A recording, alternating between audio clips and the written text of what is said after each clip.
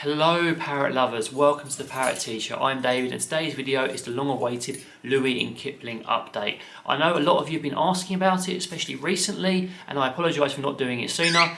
It's just we've been doing exclusive update on Patreon in lots of detail, and I felt it would be unfair to my patrons and Sophie's patrons to do this too soon. But here we are now, and I'm going to talk a little bit about how Louis and Kipling have been settling in, what they've been doing, and also show you some nice clips at the end of the sort of fun things they've been up to. I thought it'd be worth introducing Louis and Kipling as well. Kipling is a crimson bellied conure and Louis is a pineapple green cheek, and they're both full of personality and very cute. Louis also only has one leg, so he has a bit of disability there, and Kipling comes with a lot of behavioural issues and problems. Now, their previous owner gave them to us because they had a change in circumstances, but before then, the previous owner rescued them from some pretty dire circumstances, situation. We talk about tiny cages, no interactions, that sort of thing. And the previous owner worked really hard on them, but obviously, you know, there's only so many things you can do in the time scale, and when you move them again, there's lots of problems to fix. So that's them two. They are absolutely adorable, but obviously they have some issues that need to be worked through. So when Louis and Kipling first arrived, they settled in pretty well because we had their old cage and it's a nice spacious one. We'd already planned where they're going to be in the room and try and make sure they settled in as well as possible. However, this is where we started having some issues. So Louis is pretty okay with us, he's pretty relaxed, as I'll talk about a little bit later, but Kipling, he started off with extreme aggression issues towards me, and we're talking about like dive bombing, attacking me on sight when he came out, and it was very challenging because I've dealt with aggression issues in parrots before, but this is probably the most extreme I've ever had in my home environment. So it was very challenging and it was very difficult, and it was almost a bit of a shock. So I had to sort of take a step back and think, okay, what on earth can we do to try and start building on this work? So with that, I started working on the usual stuff I recommend to clients and to you guys when I'm talking to you. I started on passive bonding, and I did a lot of that, training through the bars, etc. Sophie took a more active role when he was out and about, and it started working, but there was still aggression. So I tried a bit of a novel training technique. I'm afraid I can't talk about it on here now because it's still developing it, but it did involve a lot of passive interaction with me and a lot of sort of interesting ways of just trying to work around the problem of aggression and still have me part of the environment when Louis and Kipling came out. And I'm happy to say it has worked. So now when Kipling's out and about, he doesn't attack me, he doesn't fly at me, he treats gently, he's happy to do some behaviours with me, and this is just basically due to the work I did. This is due to the patience we've shown, both me and Sophie, because I've got to give her credit as well for helping with this and working on it as well, and just being generally aware. So, you know, the most rewarding, I suppose, improvement in Kipling is inside the cage, where he's happy to target. He likes this thing called Nice Boy, which you may have seen in previous videos, where he wants to actively be petted on the head, and it's just been lots of fun. There's still a lot of work to do. He's a very nervous and reactive bird. There's lots of things that scare him and worry him that we need to work through, but it is improving, and I've gotten to the point now where I can start doing recall training with him. Still have to sleeve our hands, although generally when interacting with hands he's a lot better, but it's an improving picture, and it just shows that if you put the work in and you're patient and you're willing to take the time, it will improve and things will be okay. Let's talk a bit about Louis as well, because I talked a lot about Kipling. So Louis is a great personality. He's quite boisterous and very bolshy when he wants to be, despite the fact he has disability, and he is a green cheek, which is a little bit less, I suppose, outgoing than a crimson belly. But yeah, he's full of personality. He talks in his sleep.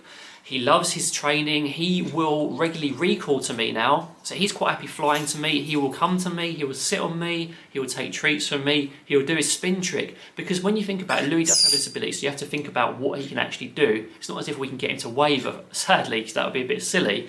But he can spin, he can target, he can fetch, he can do all sorts of great things, and he's enthusiastic about it. He's great with Sophie as well, and he can be a bit naughty. So Kipling generally is okay going back into the cage after their outings, but Louis will be very naughty about it. He will sometimes decide, right, I'm not going in, I'm going to hang out on top of the cage and around, and then it will take him a little while.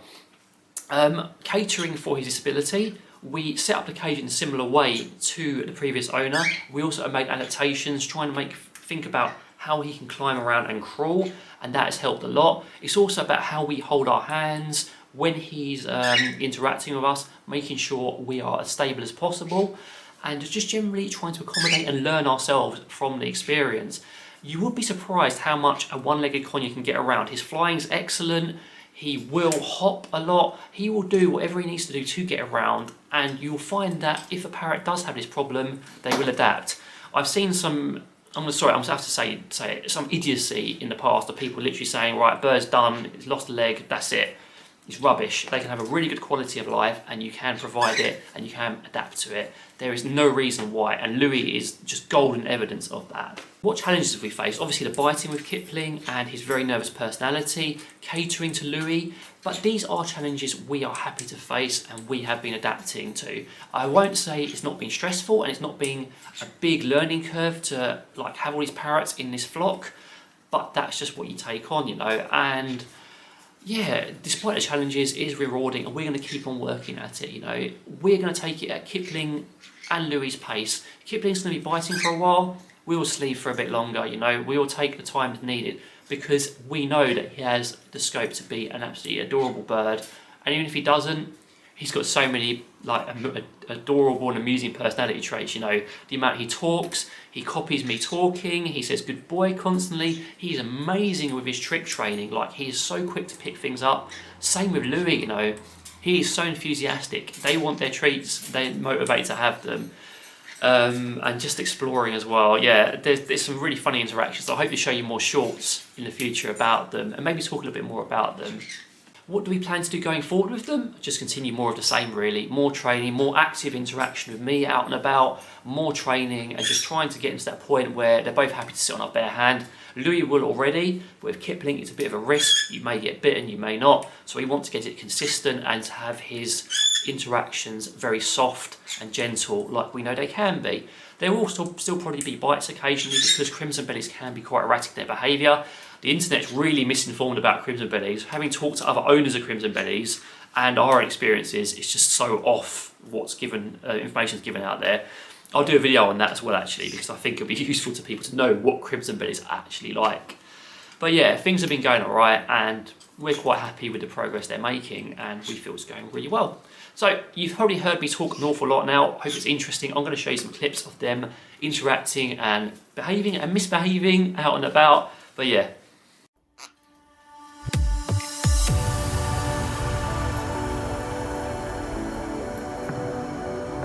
You good boy? Are you a good boy? Are you a good boy?